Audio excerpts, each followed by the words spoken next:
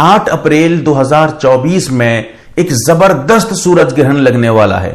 زبردست کا مطلب یہ ہے کہ مکمل گرہن لگنے والا ہے. کبھی کبھی ایسا ہوتا ہے سورج کو آدھا گرہن لگا, کبھی سورج کا ایک چھوٹا سا حصہ گرہن لگا, لیکن اس بار سورج مکمل چھپ جانے والا ہے, سورج کو مکمل ڈھانپ دیا جائے گا. اسی لیے یہ سورج گرہن بہت خطرناک اور زبردست ہے.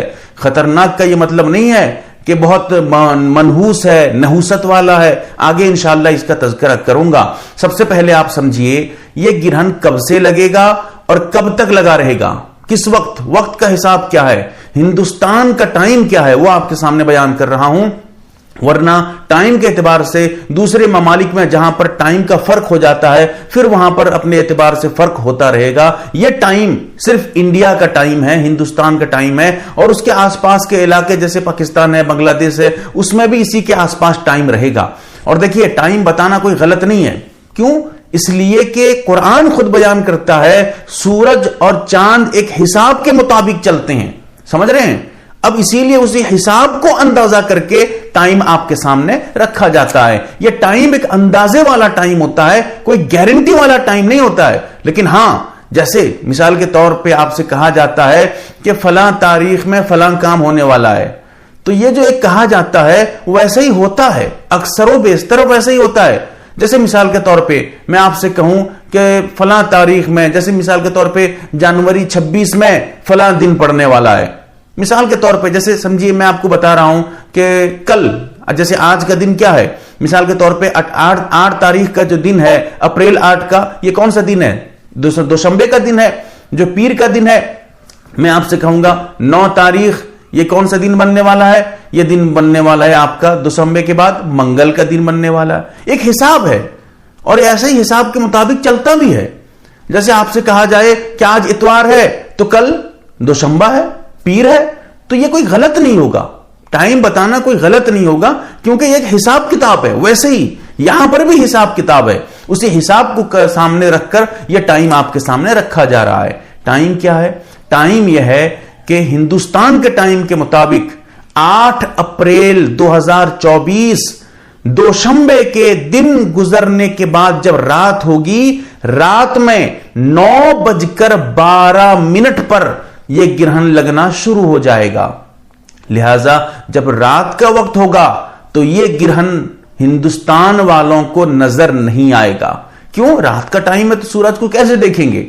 لیکن ہاں, گرہن کا ٹائم یہی ہے. کب تک لگا رہے گا؟ اس جو ہے تقریباً 4 گھنٹے 13 منٹ تک یہ گرہن لگا رہے گا. لہذا اب جب 8 تاریخ میں رات 9:12 پر جو ہے 2024 میں یہ گرہن لگا, تو پھر 9 اپریل میں رات کے 1:25 پر یہ گرہن ختم ہو جائے گا. اسی دن 4 گھنٹہ ٹوٹل 4 گھنٹہ 13 منٹ یہ گرہن لگنے والا ہے. بہرحال اب اصل موضوع کو آئیے ہم سمجھتے ہیں اصل چیز کیا ہے. حضور صلی اللہ علیہ وسلم گرہن کے بارے میں ایک اصول بیان کر رہے ہیں اور بہت اہم ہے, سمجھنے کی باتیں ہیں. نبی کریم صلی اللہ علیہ وسلم ارشاد فرماتے ہیں ان الشمس والقمر آیتان من آیات اللہ لا ينکشفان لموت احد ولكن اللہ تعالی یخوف بہما عبادہ. بخاری شریف میں جلد نمبر 1 صفحہ نمبر 143 پر یہ حدیث موجود ہے. اس کا مطلب کیا ہے؟ مطلب یہ ہے کہ اللہ تعالی یقیناً بے شک سورج اور چاند یہ اللہ تعالی کی بڑی نشانیوں میں سے 2 نشانی ہیں, اور یہ گرہن نہیں لگتے ہیں اس وجہ سے کہ کوئی مر جائے, یعنی کسی کے مرنے کی وجہ سے گرہن نہیں لگتے ہیں, یعنی اس گرہن کی وجہ سے کوئی مرتا نہیں ہے.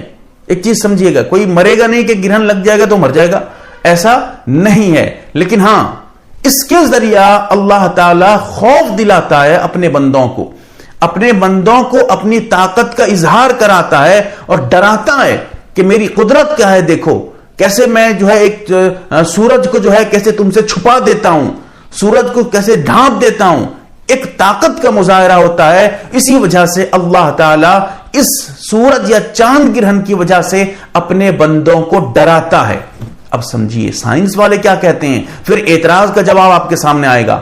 سائنس والے یہ کہتے ہیں کہ جب سورج اور دنیا دونوں کے بیچ میں چاند آ جاتا ہے تو ہم اب چاند کو دیکھنے کی وجہ سے سورج ہمیں نظر نہیں آتا ہے، کیونکہ دنیا کے سامنے چاند ہے اور چاند کے بالکل سیدھے میں سورج آ گیا۔ جب سورج آ گیا تو ہم کو اب سورج نظر نہیں آیا، لہذا یہ گرہن لگ گیا۔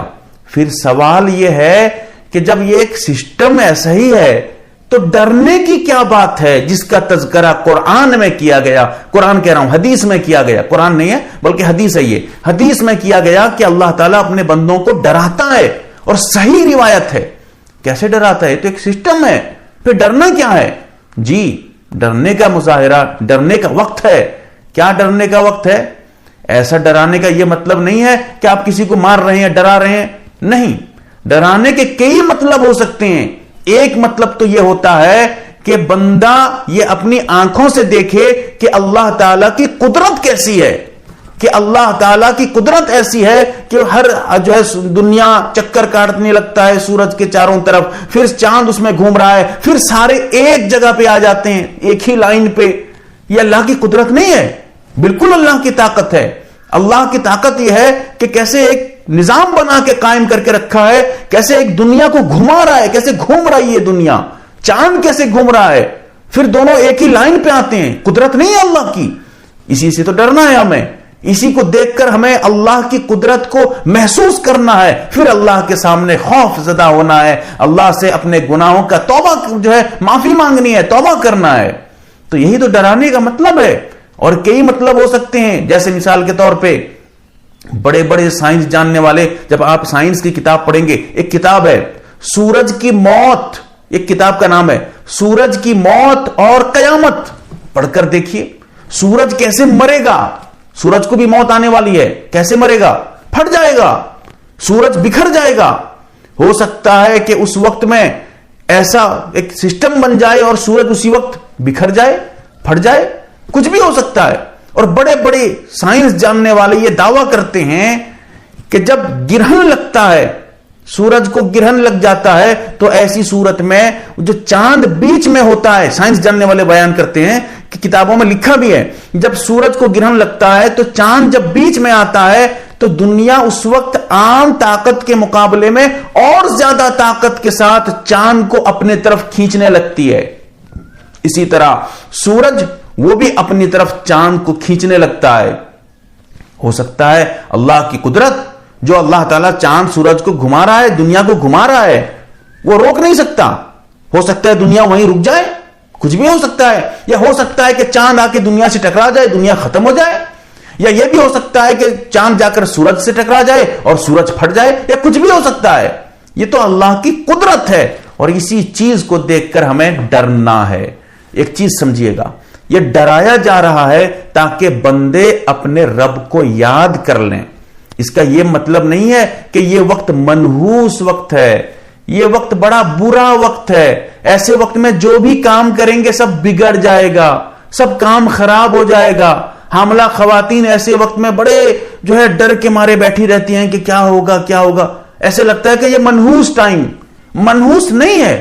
ایسے وقت میں اللہ کی طرف ہم کو جانا ہے، اللہ کو یاد کرنا ہے۔ اس وقت کو برا کہنے کا حق نہیں ہے، کوئی ٹائم برا نہیں، وہ تو اللہ کا دیا ہوا ٹائم ہے۔ یہ تو وقت تو جو ہے، یہ تو ٹائم جس کو ہم گالی دیتے ہیں، یہی خود حدیث قدسی میں آتا ہے کہ یہ ٹائم جو ہے، یہی اللہ تعالیٰ کہتا ہے کہ میں ٹائم ہوں۔ یعنی ٹائم کا مطلب یہ ہے کہ اللہ تعالیٰ ٹائم تو نہیں ہے، لیکن بتانا چاہتا ہے کہ ٹائم کو مت گالی دو، کیونکہ ٹائم برا نہیں ہوتا ہے، ٹائم تو میں دیتا ہوں، ٹائم میرا ٹائم ہے، میرا ٹائم میرا بنایا ہوا ٹائم ہے، یہ ٹائم ٹیبل سب میرا بنایا ہوا ہے، یہ نظام میرا بنایا ہوا ہے، یہ زمانہ یہ دنیا میری بنائی ہوئی ہے، تم کیسے اس کو گالی دو گے؟ اسی لیے تم گالی نہیں دے سکتے۔ بہرحال یہ چند باتیں جو بہت جاننے کی ہیں، اللہ تعالی ہمارے عقیدے کو درست کرے۔